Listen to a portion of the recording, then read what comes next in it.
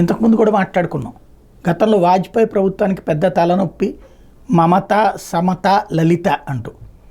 మమతా బెనర్జీ, జయలలిత, సమత, ఇప్పుడు ఉన్నటువంటి జేడీయూఏ అప్పుడు సమతా పార్టీ నితీష్ కుమార్. ఇప్పుడు 12 సీట్లతో కీలకమయ్యేటప్పటికి ఇక డిమాండ్ల పర్వం ఆరంభమైంది. అందులో తాజాగా వీళ్ళు అడిగేది ఏంటంటే కామన్ మినిమం ప్రోగ్రామ్ తరహాలో ఓ ప్రోగ్రాం పెట్టుకుందాం. ఓ పక్క నితీష్ కుమార్ మామూలుగానే మాట్లాడతాడు, ఆయన మద్దతు ఇస్తున్నానంటాడు, అన్నిటికీ సిద్ధమంటాడు, అంతా బాగానే ఉందంటాడు. కానీ కిందున్న నాయకుల చేత మాట్లాడిస్తూ ఉంటాడు. తాజాగా చూస్తే ఎన్డీఏ సర్కారు మనుగడకు కీలకంగా మారినటువంటి భాగస్వామి పక్షాలు బీజేపీ ముందు పలు డిమాండ్లు పెడుతున్నాయి.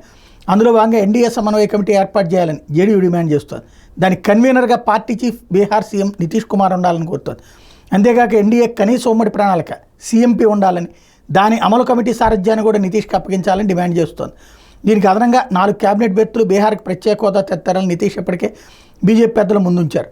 టీడీపీ కూడా 4-5 క్యాబినెట్, ఒక సహాయ మంత్రి, లోక్సభ స్పీకర్ పదవి డిమాండ్ చేస్తున్నట్టు వార్తలు రావడం తెలిసిందే.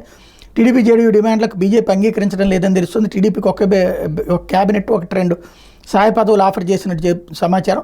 జేడీయూ ఇతర మిత్రపక్షాల డిమాండ్ల మీద వాటితో చర్చలు సాగుతున్నట్టు తెలుస్తోంది అన్నటువంటిది సాక్షి హైలైట్ చేసింది.